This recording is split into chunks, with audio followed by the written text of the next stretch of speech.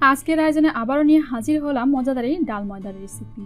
এই মজাদার রেসিপিটি যে একবার খেয়েছেন সে বারবার খেতে চাইবেন, তাই এক্ষুনি বানিয়ে নিন এই মজাদার নাস্তাটি। আর শুরু করার আগে আপনাদের কাছে ছোট্ট একটাই অনুরোধ, যদি আমাদের রেসিপিগুলো আপনাদের ভালো লেগে থাকে তবে অবশ্যই সাবস্ক্রাইব করুন এবং পাশে থাকা বেল আইকনে ছোট্ট একটা ক্লিক করুন, তাহলে সবার আগে আমাদের রেসিপিগুলো আপনার নোটিফিকেশনে পৌঁছে যাবে। প্রথমে আমি চুলার প্যান বসিয়ে নিয়েছি। সেই প্যানের মধ্যে দিয়ে দিব পরিমাণ মতো তেল। তেলগুলো একটু হিট বা গরম হয়ে আসলেই দিয়ে দিব পেঁয়াজ কুচি 2 চা চামচ পরিমাণ। আর পেঁয়াজ কুচিগুলো আমি কিভাবে কুচি করে নিয়েছি অবশ্যই সেটা আপনারা দেখে বুঝতে পারতেছেন। তবে আপনাদেরকেও যে এভাবেই পেঁয়াজ কুচি করে নিতে হবে এমন কিন্তু কোনো কথা নেই। এবার দিয়ে দিব 1 চা চামচ পরিমাণ রসুন বাটা,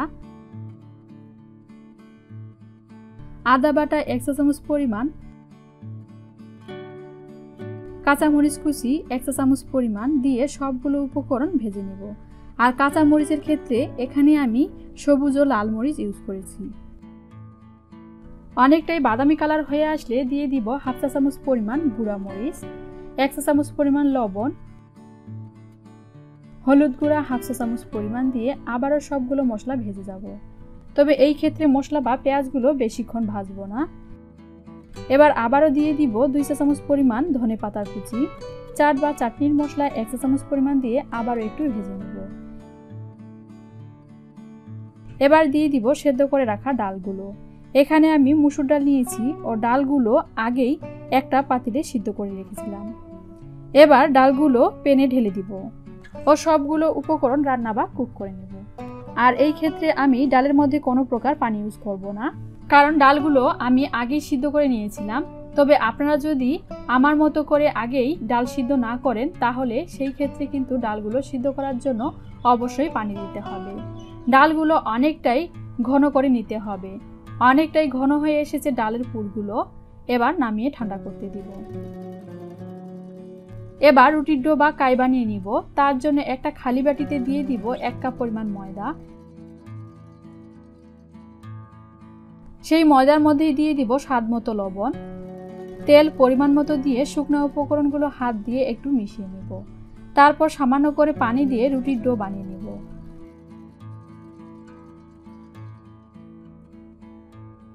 আমার রুটির ডোটা প্রায় হয়ে এসেছে, তার জন্য আবারও হাতে কিছু তেল দিয়ে ডোটা মসৃণ করে মথে নিতে হবে। অনেকটাই মসৃণ করে ডোটা মথে নেওয়া হয়ে গেছে। এবার সেই ডো থেকে একটা বড় করে রুটি বেলে নিব। তার জন্য ডোয়ের মধ্যে সামান্য করে ময়দা ছিটিয়ে হাত দিয়ে ডোটাকে গোল করে নিতে হবে।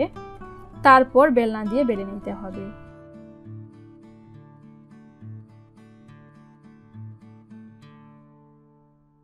রুটিটা অনেকটাই বেলে নিতে হবে। এবার সেই ঠান্ডা করে রাখা ডালের পুরগুলো দিয়ে দিব রুটির মধ্যে। আর ডালের পুরগুলো রুটির চারপাশে সমান করে বিছিয়ে দিতে হবে। অবশ্যই আপনারা দেখে বুঝতে পারতেছেন কিভাবে ডালের পুরগুলো রুটির উপরে বিছিয়ে দিলাম। এবার রুটি থেকে রোলের শেপ দিয়ে দিব। আমি রুটিটা অনেকটাই পাতলা করেছি বলে লেগে যাচ্ছে, তবে এর থেকে আপনারা আরেকটু মোটা করে রুটিটা বেলে নিতে পারেন। আর অবশ্যই এই ক্ষেত্রে ডালের পুরগুলো ঠান্ডা থাকতে হবে। অনেকটাই রোলের শেপ বানিয়ে নেওয়া হয়ে গেছে বা দেয়া হয়ে গেছে। এবার একটা নাইফের সাহায্যে রোল থেকে কেটে নেব। আমার রোলটা লেগে যাচ্ছিল বলে আবারও কিছু ময়দা ছিটিয়ে নিলাম ও নাইফ দিয়ে কেটে নিচ্ছি। ও কেটে নেওয়া হয়ে গেলে সেই অংশটা হাত দিয়ে একটু প্রেস করে নিচ্ছি। কিভাবে প্রেস করে নিলাম সেটা অবশ্যই আপনারা দেখে বুঝতে পেরেছেন। এভাবেই সবগুলো কেটে হাত দিয়ে প্রেস করে নিতে হবে। তবে আপনারা চাইলে বেলনা দিয়েও সামান্য বেলে নিতে পারেন। আমার রোলটা বা রুটিটা অনেকটাই পাতলা বলে আমি এভাবেই হাত দিয়ে প্রেস করে নিলাম। সবগুলো কেটে নেওয়া হয়ে গেছে। এবার হাত দিয়ে প্রেস করে নিচ্ছি। এবার ডুবো তেলে ভেজে নেব। তার জন্য চুলায় প্যান বসিয়ে সেই প্যানের মধ্যে কিছু পরিমাণ তেল ঢেলে দিলাম। তেলগুলো হিট বা গরম হয়ে আসলেই দিয়ে দিব সেই বানিয়ে রাখা পুর ঢুকানো ডালগুলো। একটা একটা করে তেলে ছেড়ে দিয়ে অনেকটাই লালচে করে ভেজে নিতে হবে। এই ক্ষেত্রে এই পুরিগুলো আপনারা চাইলে সসের মাধ্যমে পরিবেশন করতে পারেন, তবে এই পুরিগুলো এভাবেই খেতে বেশ লাগে। যদি আমাদের রেসিপিগুলো আপনাদের ভালো লাগে তবে অবশ্যই লাইক এবং শেয়ার করবেন এবং কোনো বিষয় জানা থাকলে অবশ্যই কমেন্টস করে জানাবেন। এবং আমাদের আরও নিত্য নতুন ভিডিও যদি আপলোড পেতে চান তবে অবশ্যই আমাদের চ্যানেলটিকে সাবস্ক্রাইব করবেন। সো অনেক অনেক ভালো থাকবেন, সুস্থ থাকবেন। ধন্যবাদ।